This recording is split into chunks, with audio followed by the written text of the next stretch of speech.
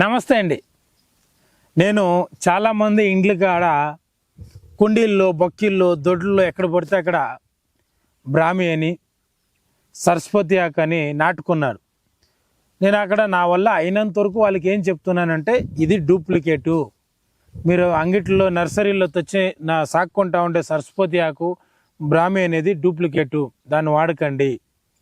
Original Saraswati ఆకు అనేది ఇక్కడ బాగా చూడండి. ఇది మొత్తం మన వరి పండే జాగా అంటే కీలేరు మడి, ఇలాంటి మడి పక్క చెరువులు, కాలువల్లో చాలా అమోఘంగా అద్భుతంగా ఉంటాయి. మీరు ఎంత పెరుగుతారో కొన్ని లోట్లు అవుతాయి. సరస్వతి ఆకు మీకు అంగిట్లో నర్సరీలో అమ్మి మీరు ఇండ్ల దగ్గర తెచ్చి నాటుకునే సరస్వతి ఆకు బ్రాహ్మి అనేది అది డూప్లికేటు. మీకు ఒరిజినల్ బ్రాహ్మి నేను చూపిస్తాను రండి. ఇక్కడ ఇలా మొత్తానికి వరి పంటల్లో ఇప్పుడు ఇక్కడ గడ్డి బాగా మలవడం వల్ల ఇది ఇంకా చిన్నగా ఉంది. ఇక్కడ చూడండి, చూస్తున్నారా? ఇది ఒరిజినల్ సరస్వతి ఆకు. ఇది ఇంకా బాగా ఎడంగా పెరుగుతాయి.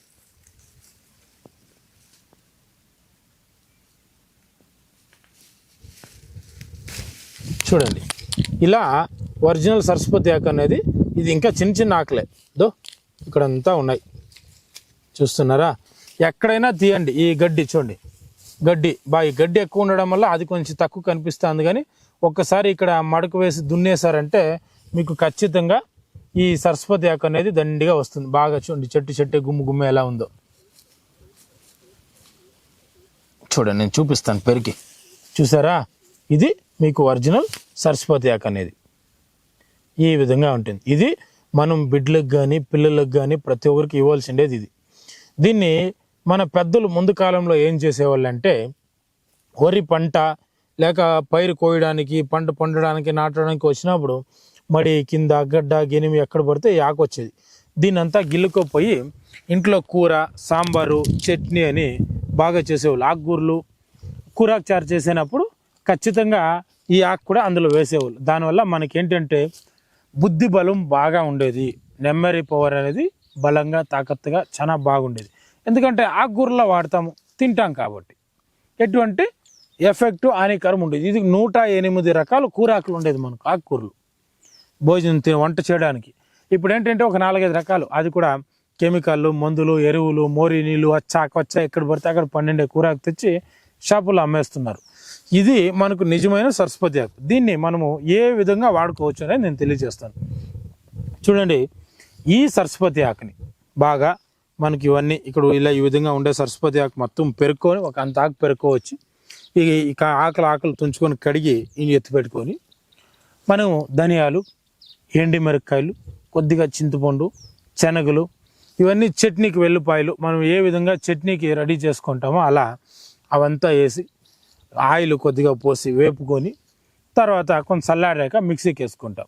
మిక్సీకి వేసి ఈ ఆకును కూడా ముందుగానే సపరేట్గా పొచ్చాకే మిక్స్ చేసి పెట్టుకోవాలి. తర్వాత తిరుగుబాతు వేసుకోవాలి అంతే. తైలంలో అలా వేసి తిరుగుబాతు ఇలా వేసుకోవాలి. కానీ దీన్ని చట్నీ చేసినప్పుడు ఉడికించకూడదు. ఇది ఆకు పచ్చిగా ఉండాలి. తిరుగుబాతు మాత్రం దీనికి వేసుకోవాలి. అవన్నీ ఇలా చేసి మనం అప్పుడప్పుడు రోజు వారానికి ఒకసారి, 2 రోజులకు ఒకసారి, 3 రోజులకు ఒకసారి చట్నీ రూపంలో తింటూ వస్తామంటే మన వెంట్రుకలు అనేది బాగా పెరుగుతుంది. టెన్షన్స్ ఉండదు. మైండ్ చాలా రిలీఫ్గా, ప్రశాంతంగా, కూల్గా ఉంటుంది.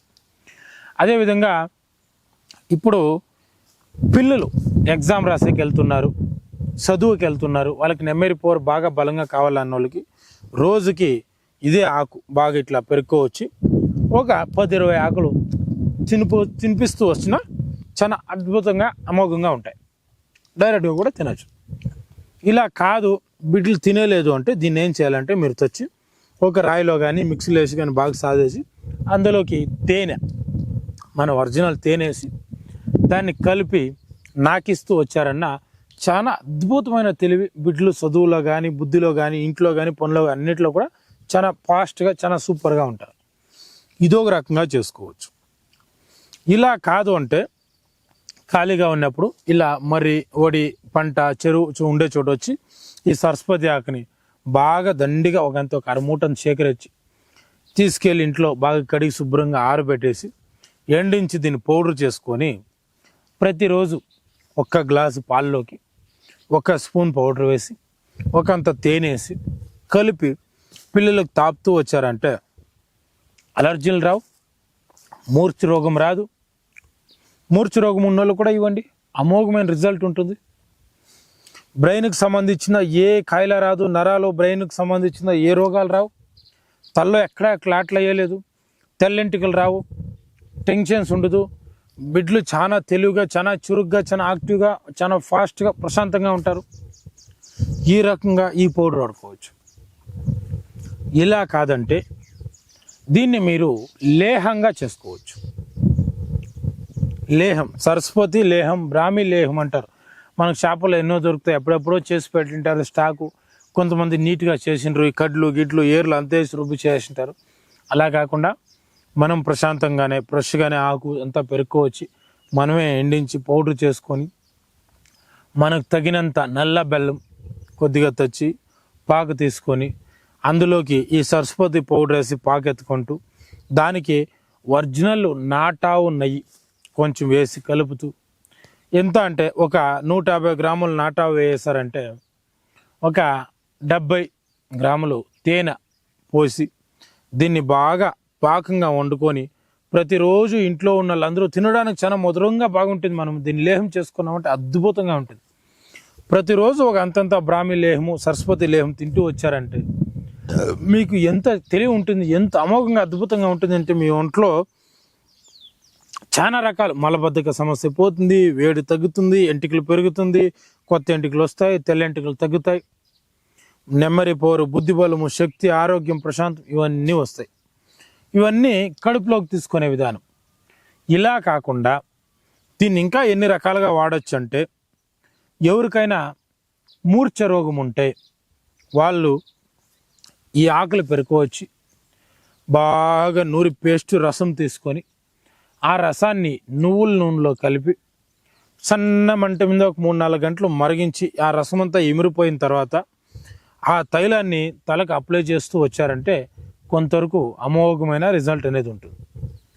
ఇంకా ఒక రకంగా దీన్ని ఏం చేయొచ్చు అంటే ఈ సరస్వతి ఆకు రసాన్ని మళ్ళీ తీసి ఒక 100 గ్రాములు, అదేవిధంగా 100 గ్రాములు మనకు మందార పువ్వు పేస్టు, 100 గ్రాములు మందార ఆకుల పేస్టు, 100 గ్రాములు గుంటుగలగరాక రసము, 100 గ్రాములు ఒట్టివేర్ల పౌడరు.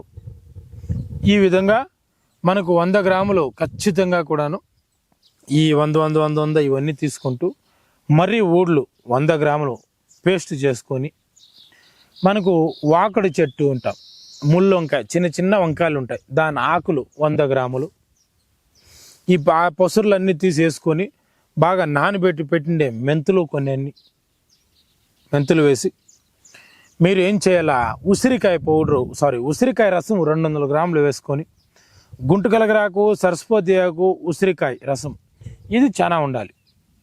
కొంచెం ఎక్కువగా ఇవి వేసుకొని దీనికి కొబ్బరి నూనె కలిపి సన్న ఉల్లిపాయలు, సన్న ఎరగడ్డలు వస్తాయి, సన్న ఎరగడ్డలు కూడా వేసుకోవచ్చు.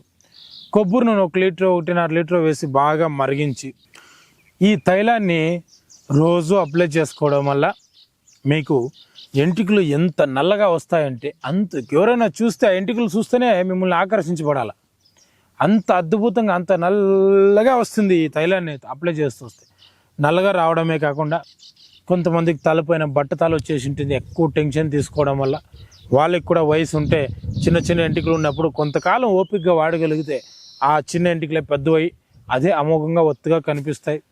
ఇంకా ఆడవాళ్ళకైతే చాలా అందంగా ఉంటుంది ఎంటికలు, వాళ్ళకి కావాల్సినది కూడా అదే, వాళ్ళు కూడా దీన్ని వాడుతూ రావచ్చు.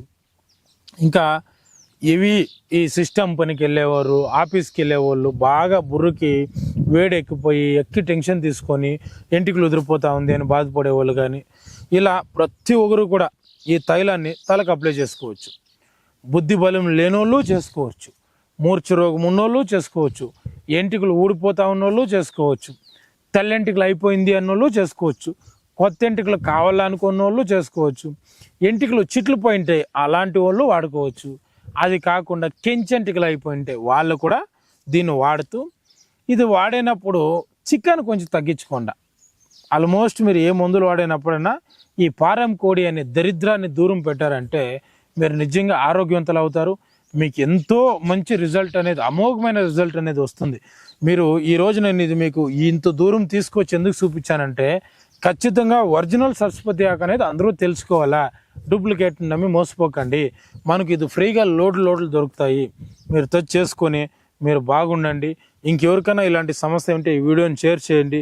అదేవిధంగా ప్రతి ఒక్కరికి అంతే, నిజమేది అబద్ధమేది అని తెలుసుకుంటే నాకు అంతే చాలు అని తెలియజేస్తూ ఈ వీడియో ముగిస్తా ఉంటాను. నమస్తే. ఆయుర్వేద, గిరిజన మూలిక మరియు పారంపర వైద్యం చేసే ప్రతి ఒక్కరూ మా ఛానల్ ద్వారా మీ విద్యను ప్రజలకు తెలపాలనుకుంటే మా నంబర్కి కాల్ లేదా వాట్సాప్ చేయండి. మీ దగ్గర ఉన్న ఆయుర్వేద మరియు హెర్బల్ ప్రొడక్ట్స్లను మా ఛానల్ ద్వారా ప్రజల్లోకి తీసుకువెళ్తాం.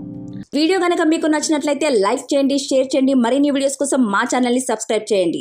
మీ అభిప్రాయాలు మాకు కామెంట్స్ రూపంలో చెప్పండి. మరిన్ని వీడియోస్ కోసం మా ఛానల్ని సబ్స్క్రైబ్ చేయండి.